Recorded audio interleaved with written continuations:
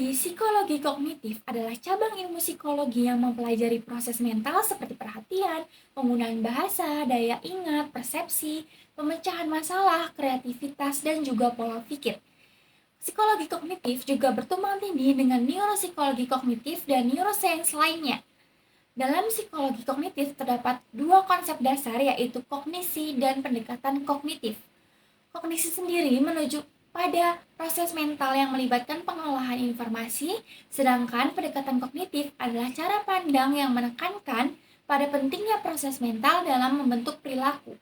Secara keseluruhan, psikologi kognitif merupakan cabang ilmu psikologi yang meneliti, mengkaji, serta mempelajari kaitan struktur kognitif manusia dengan kejiwaan seseorang.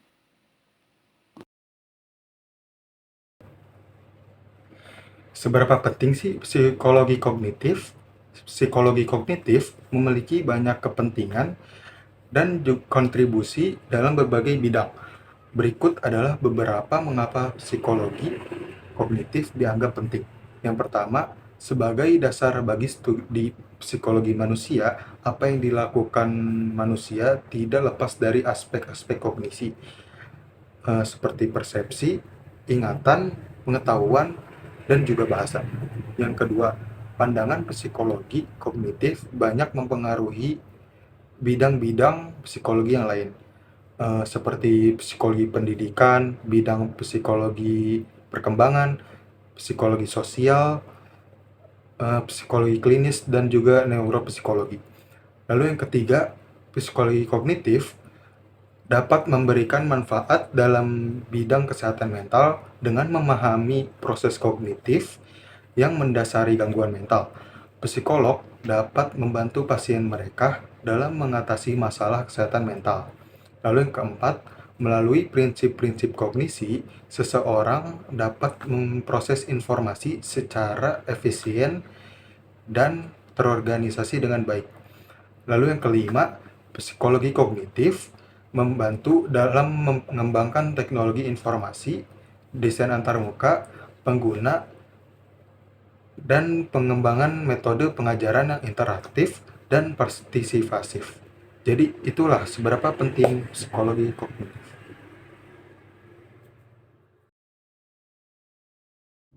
Selanjutnya sejarah 1879, Wilhelm Wundt di Leipzig, Jerman membuka laboratorium psikologi pertama, mengusulkan metode introspeksi dalam mempelajari psikologi, yaitu menekankan bagaimana proses mental yang terjadi pada saat organisme menerima stimulus yang membangkitkan sensori.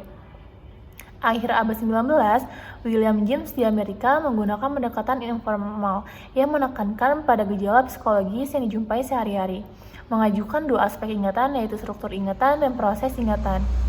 1924, J.B. Wilson di Amerika mencetuskan pendekatan bioforisme, yaitu menekankan pada reaksi objektif dan dapat diamati secara langsung. 1929 sampai 1980, James Piaget pada masa inilah ia menyusun kembali teori perkembangan kognitif dari James Mark Baldwin menjadi 4 tahap perkembangan, yakni masa infansi, prasekolah, anak-anak, dan remaja.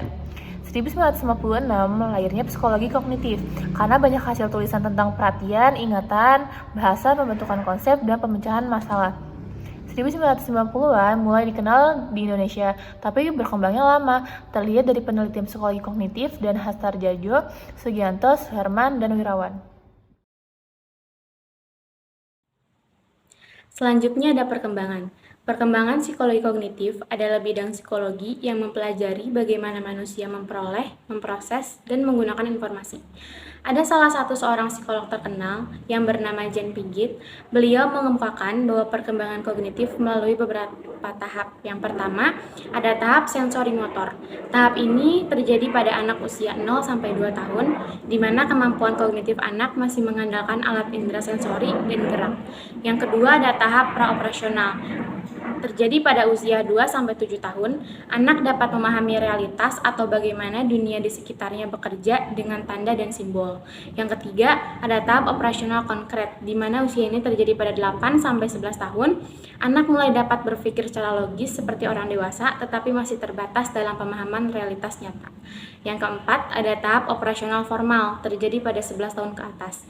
Anak dapat berpikir secara abstrak dan logis, serta mampu memahami konsep-konsep yang kompleks. Selanjutnya, teori perkembangan kognitif lainnya termasuk konstruktivisme kognitif dan konstruktivisme sosial. Lev Vygotsky, seorang psikolog lain, mengemukakan bahwa perkembangan kognitif dipengaruhi oleh interaksi sosial dan budaya. Selanjutnya, konsep-konsep. Teori psikologi kognitif membahas proses mental yang mendasari perilaku, seperti keyakinan dan motivasi. Ruang lingkupnya mencakup pengenalan pola, persepsi, bahasa, perkembangan kognitif, penalaran, dan pemecahan masalah. Psikologi kognitif menggunakan pendekatan riset dan teoritis dari berbagai area dalam psikologi, seperti neuroscience atau ilmu saraf, memori, dan kecerdasan buatan.